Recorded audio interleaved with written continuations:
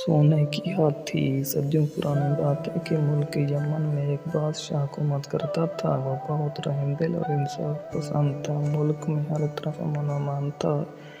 एक दिन उसे बैठे बिठाए ख्याल आया कि रियां की खबर लेनी चाहिए। बस उसने ऐलान करवाया कि बादशाह को कोई ऐसी कहानी सुनाए जो उसने कभी ना सुनी हो। जो ऐसी कहानी सुनाएगा उसे सोने का हाथी दिया जाएगा। मुल्क में ऐलान होते ही लोग दो दर्जों हाजिर होने लगे। वो बड़े मज़े की कहानियाँ सुनाते। बादशाह कहता, ये मैंने पहले से सुनी हुई है। लोग थक हार कर लौट जाते। आहिस्ता आहिस्ता लोग कम होने लगे। यमन के गांव में अरसलान नामी एक नौजवान रहता था। उसने तमाम बातें सुनी और एक नई कहानी लेकर बादशाह के पास आया।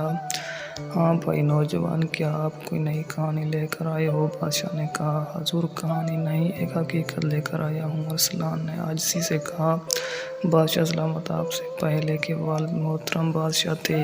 उनसे पहले आपके दादा हजूर एक अजीम उल शान सल्तनत के मालिक थे। आपके दादा हजूर ने आपके वालिद मोहतरम की शादी पर सोने चांदी के बर्तनों में खाना दिया।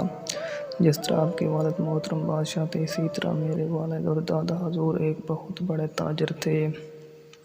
हाँ, एक आपके दादा ने मेरे दादा से कुछ बर्तन उधार लिए थे जिनसे मैं दीगर से प्लेटें शामिल हैं।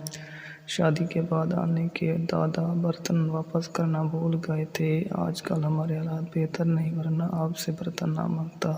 शायद आपके दादा हजूर या आपके वालिद ने बताया हो, मैंने ये बात कभी नहीं सुनी। बादशाह ने कहा, अच्छी बात है बादशाह सलामत, आप फिर सोने का हाथी दे दें। बादशाह सलामत अरसलान की अक्लमंदी पर बहुत खुश हुआ। अगर कहता ये बात सुनी हुई है तो उस सोने के बर्तन देना पड़ते। उसने जल्दी से कहा, ये मैंने सुनी। देखो बच्चों, अरसलान ने अक्लमंदी से बादशाह से सोने का हाथी हासिल